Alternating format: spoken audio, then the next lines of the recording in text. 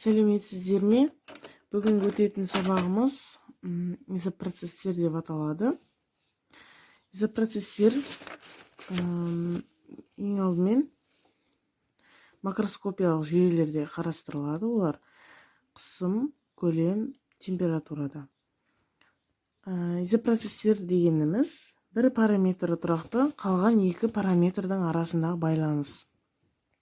Міне, бұлар үшеу болғандықтан қанша процесс болуы мүмкін, бізде бір параметрі тұрақты болу арқылы әрине үшеу.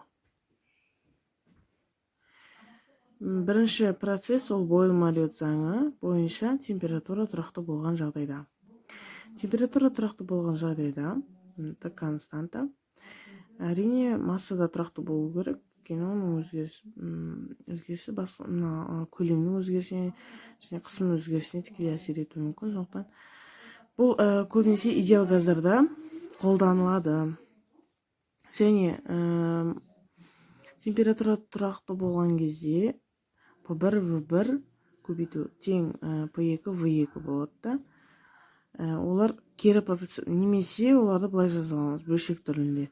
P1 бөлу P2, V2 бөлу V1. Бұлар кері пропорционал болып табылады. Неліктен? Өйткені бұлардың индексі әртүрлі. Егер мынаның индексі 1 болғанда, екеуі бір-біріне тура пропорционал болатын еді. Тура пропорционал дегеніміз мысалы қысым артса, оған тура болып тұрған көлем де артады. Ал мына жерде кері болып тұрғандықтан, қысым артқандықтан мына жерде көлем азаяды. Екеуі бір-біріне кері пропорционал. P1 кері пропорционал 1 бөлінген V1. Бұның сызықтық диаграммасы PV диаграммасында изотермалық сызықпен белгіленеді. Бұны математика тілінде гипербола деп атайды. Бұл жерде T1-ден үлкен T2, T2-ден үлкен T3 болып табылады.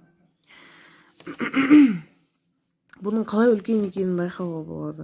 Өйткені мына жерде T1 5 болды делік барлығы, 5 болды.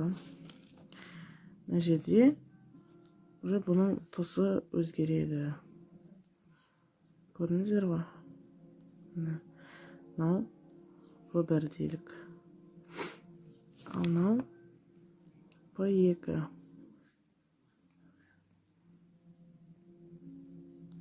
Осылай. Мынаныкі мына жерде. Бұл V2 болады, кішірейеді. Мына жерде де солай. V1, бұл V3 болады. V3 кіші болады. Барған сайын. Бұлар неліктен тұрақты деп аталады? Өйткені бірінші қысымды бірінші көлеммен көбейтіп, және екінші қысымды екінші көлеммен көбейткен кезде олардың арасында ешқандай өзгеріс болмайды. Яғни бастапқы мәні соңғы мәніне тең болып тұрады деген сөз. Сондықтан біз оны PV тең константа деп аламыз. Келесі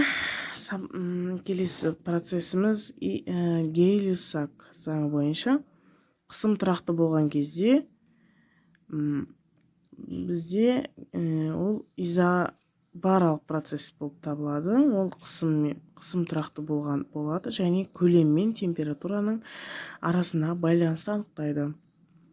Қысым тұрақты, масса тұрақты, V бөлінген T тұрақты болып табылады. Бұл жерде V бөлінген T деп тұрғанымыз бағанағыдай PV константа деген секілді. Оларды былай өрнектеп жазып алуға болады. Есеп шығарғанда ыңғайлы болу үшін. Мысалы, V1 бөлінген V2 тең T1 бөлінген T2. Немесе сіздер, мысалы, мына жерден сізге V1-ді табу оңай болады. Ал егер сізге T2-ні тап десе, сіз мынандай пропорция арқылы осылай көбейтіп алып, T1-ді тапқан кезде V2-ні мыналардың астына жіберуге болады. Солай пропорция арқылы теңдеуді өрнектеп өзіңіз қалаған жағдайға келтіре аласыз. Бұл жерде бұл процесс тура пропорционал болып табылады. Өйткені V1 тура T1-ге, міне V1 тура Т1-ге. Бұның диаграммасы сызықтық. Екеуі бірдей артып отырады. Міне мынау 0 болғанда мынау 0 болады. Мысалы мынау 2 болғанда мынау да 2 болады деген секілді. Бірдей артып отырады. Келесі процесіміз изобаралық процесс үшін қысым тұрақты болады. Көлем мен температураның байланысы. Бұл Шарль заңы деп аталады. Бұл жерде жаңа айтқандай қысым көлем тұрақты болады, масса тұрақты болады және П бөлінген Т тұрақты. Оны есеп шығарғанда былай өрнектеп аламыз. П1 бөлінген П2, Т1 бөлінген Т2. П1 тура пропорционал Т1-ге, тура пропорционал. Бұны ұмытпауымыз керек. Екі процесс тура, бір процесс кері болып табылады. Бұл екеуі тура болғандықтан екеуінің сызықтық диаграммасы сызық болады. Бірдей артып отырады. Жаңа айтқандай, мына жерде 1 болса, мына жерде 1 болады. Мына жерде 2 болса, мына жерде 2 болады деген секілді.